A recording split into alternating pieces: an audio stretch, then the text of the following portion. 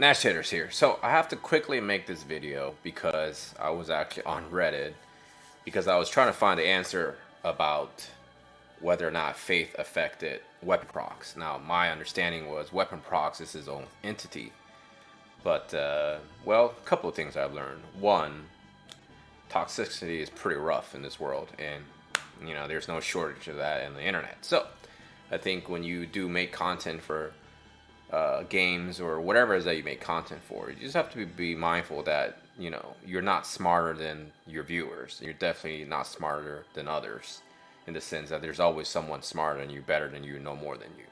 But I try to do my fair share of research and whatnot. And at the end of the day, I could be wrong, right? I'm not here to educate everyone to become better War of the Visions players. I want to make content to entertain people, and two, share whatever I have learned, and I encourage people to educate me as well. And that's why I watch other people who make content for this game.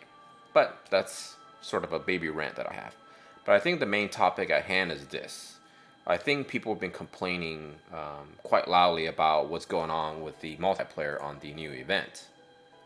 And I wanted to make a video on this because I feel like I need to give my opinion on this topic. I believe the complaint is that on the Salire unit shard quest, where you're farming for the spear or the staff, the drop rate has seemingly looks like it's been nerfed.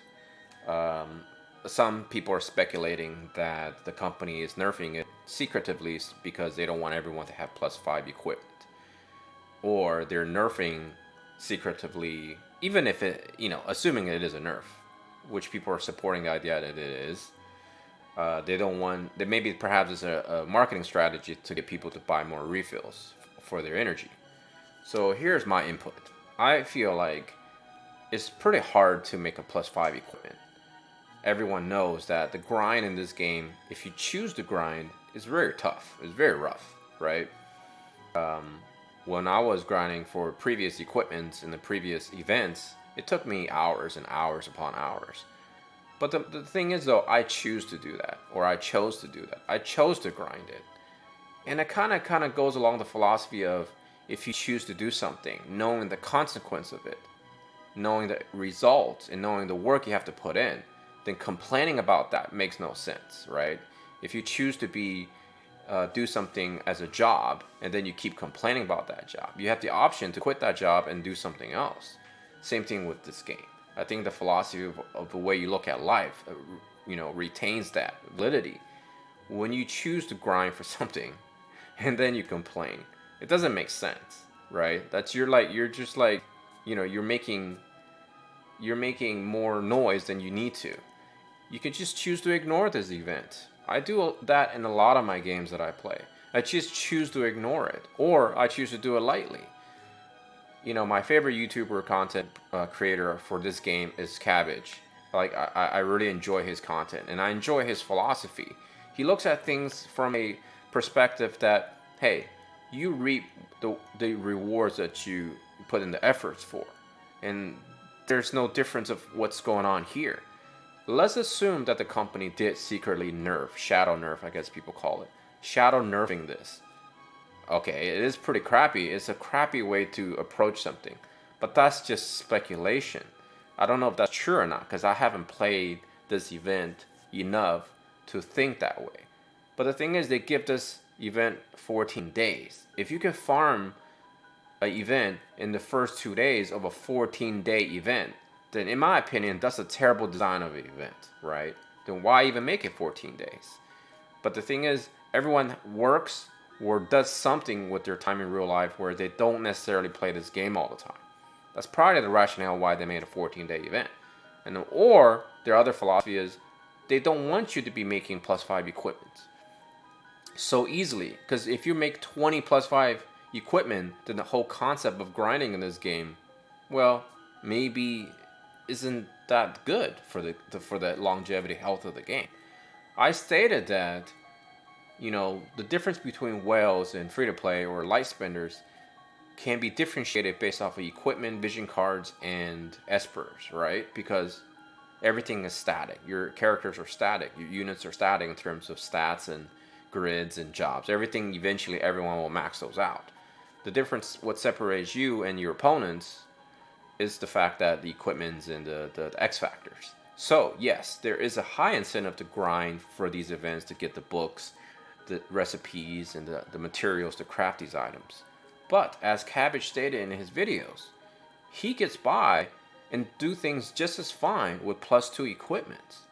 And +2 equipment seems to be the sweet spot anyways. Because if you didn't like something about that +2 equipment, you can simply dismantle it and bam, you got 2 +1s, you get your materials back. The only thing you lose is the recipe.